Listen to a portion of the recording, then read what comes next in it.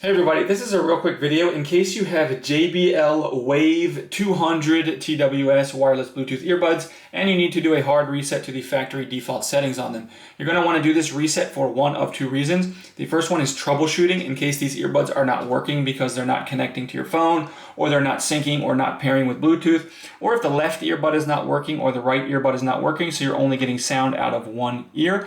A factory reset will fix a lot of these issues. Now if it doesn't, or if you decide you just want to get a new set of earbuds, you can check the link in the description. I'll put one for a good set of earbuds at a good price. But anyways, the other reason you might want to do this is if for whatever reason you just want to delete all the pairing history, clear all the settings out, so you can set these up as a new set of earbuds. We just need to, it's real easy, you just need to take the earbuds out of the case and they'll turn on, so they need to be on, you should have a decent charge.